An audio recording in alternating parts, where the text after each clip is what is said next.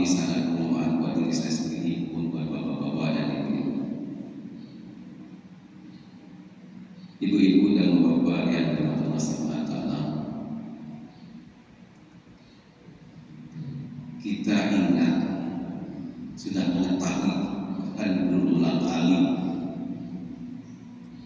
para dai-dai saat kita menyampaikan bahwa makhluk yang paling tertutup itu adalah syaitan.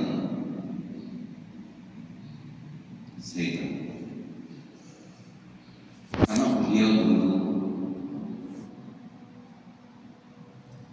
disuruh sujud kepada Adam oleh Allah,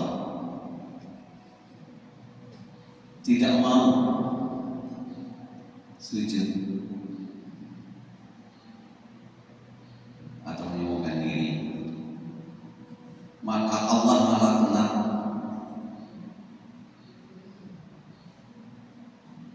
setan tersebut, dilaknat oleh Allah.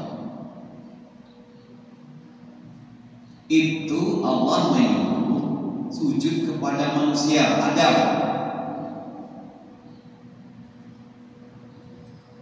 Sekarang ini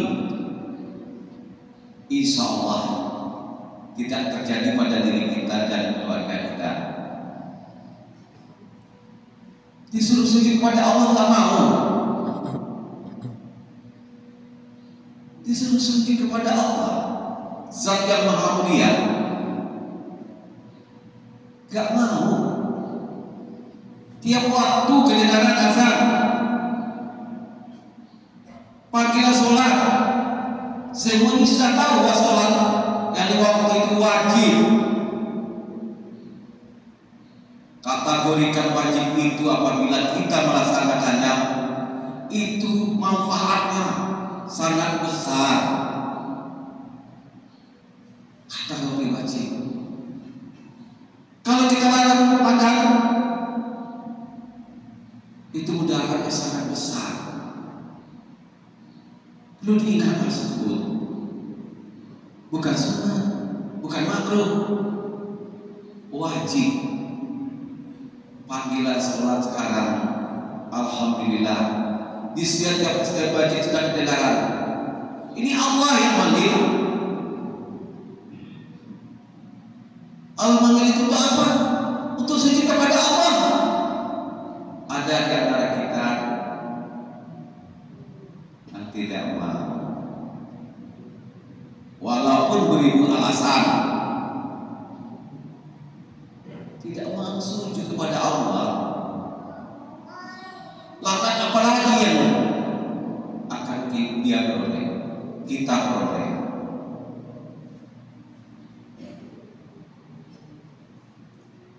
Nah, murka Allah apa yang tidak akan kita terima?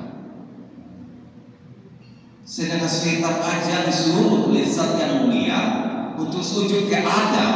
Adam gak mau, itu langsung dilaknat, dimurkai, dikeluarkan dari surga.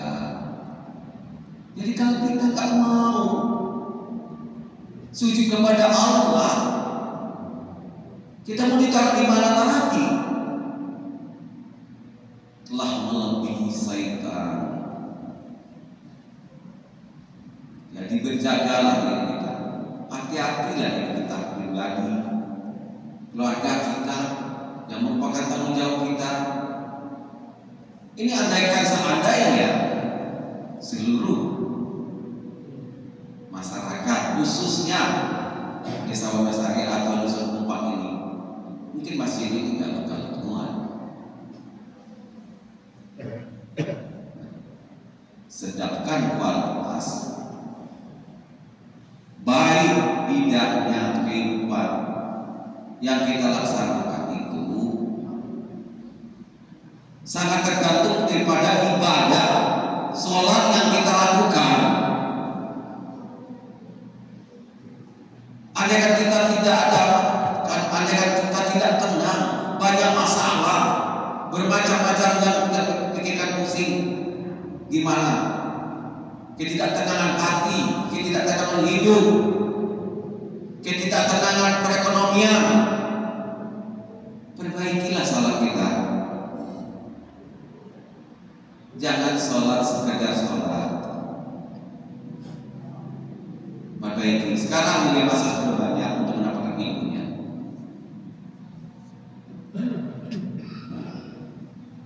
Jadi itulah ibu-ibu dan bapak-bapak,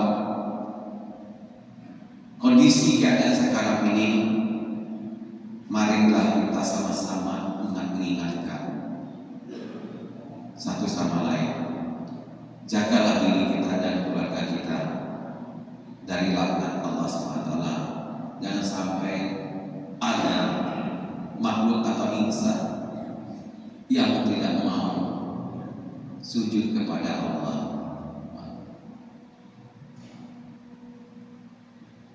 Jadi inilah yang Bapak saya sampaikan.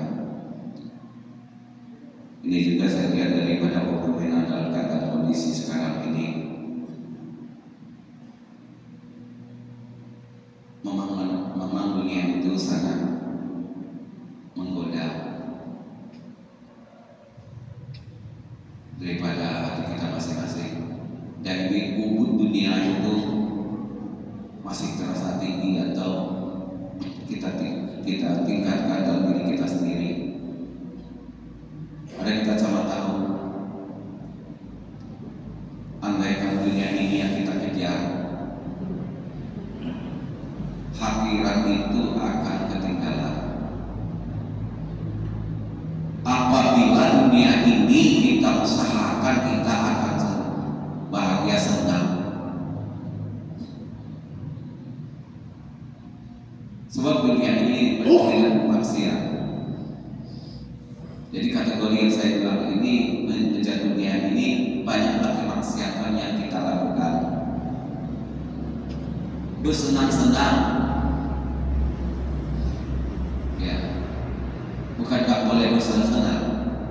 Bersenang-senang ada juga yang diridhoi oleh Allah SWT.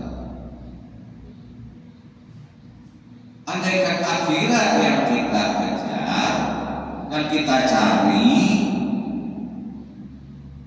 itu sudah ada ayat itu, dunianya akan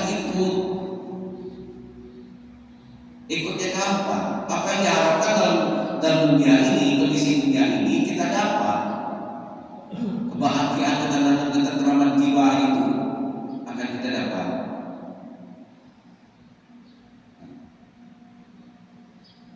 Saya sudah sholat, sudah beribadah, tapi kayaknya saya kok belum begitu merasa tenang, tentram, atau dunia itu belum saya dapat rasanya.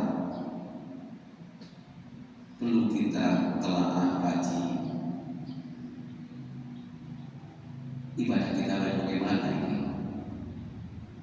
Sudahkah ibadah yang seperti yang diridhoi Allah SWT yang disampaikan Rasulullah SAW? Mari kita sama-sama kita kaji diri kita sendiri. Mungkin demikian dulu yang dapat saya sampaikan. Mohon maaf karena waktu terbatas. Ada kita ada acara bagian belas hari ini. Sekali lagi saya mohon maaf dalam pembicaraan seperti ini. Saya sebab kapasitas saya sebagai ulama belum ada, ilmu saya juga masih kurang. Karena keterkaitan saya sebagai pengurus untuk menyampaikan hal ini, andaikan ada hal kekurangan saya dalam menyampaikan ini kepada bapak-bapak dan ibu-ibu, saya mohon maaf yang sebesar-besarnya, dan kepada Allah saya minta ampun. Wabillahi taufiq wal hidayah. Wassalamualaikum warahmatullahi wabarakatuh.